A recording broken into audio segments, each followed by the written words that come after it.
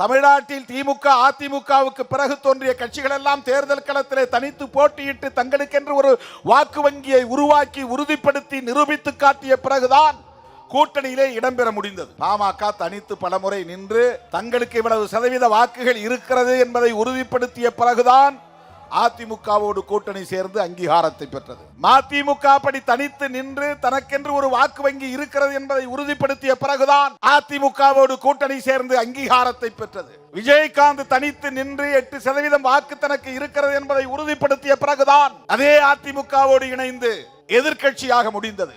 தமிழ்நாட்டு அரசியலில் அப்படி தனித்து நிற்காமலேயே தாக்கு பிடித்து நிற்கிற இயக்கம், சொந்தமாக வாக்கு வங்கி எவ்வளவு என்று உறுதிப்படுத்தாமலேயே திமுகவுக்கு இந்த கட்சி வேண்டும் அல்லது அதிமுகவுக்கு இந்த கட்சி வேண்டும் என்று ஆண்ட கட்சிகளே விடுதலை சிறுத்தைகளை விரும்பக்கூடிய அளவுக்கு இன்றைக்கு நிற்கிறோம் இந்த களத்தில் என்று சொன்னால், தேர்தல் களத்தில் வாக்கு வங்கியை உறுதிப்படுத்தாத ஒரு இயக்கத்தை 25 ஆண்டுகளாக கூட்டணியிலே வைத்திருக்கிறார்கள்.